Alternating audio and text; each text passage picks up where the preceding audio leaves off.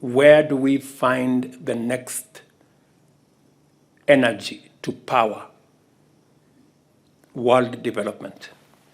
And we are making an offer that we have the largest resources of renewable energy. Kenya's grid is 92% renewable. That's just an example. We have huge resources in hydro, solar, wind, geothermal, and we are prepared and ready to make these resources available to solve this existential threat of climate change.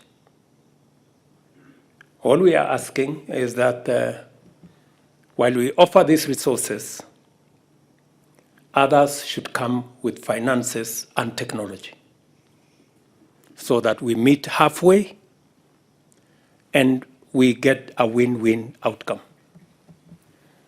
I think that is the proposition that we will be consolidating as leaders from the Global South and in our continent of Africa as we come to the UN General Assembly and as we go to the COP28. Africa had a very small contribution to climate change, but many African countries are in the front line of the impacts.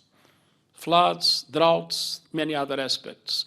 And this is a factor not only of poverty, in some situations of hunger, but a factor of instability.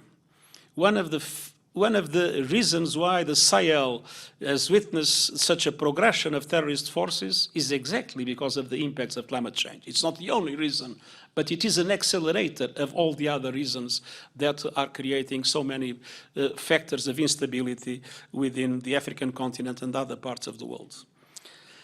And indeed, the drama is that independently of everything that is being said, we need to dramatically reduce emissions this decade, and the emissions are still growing.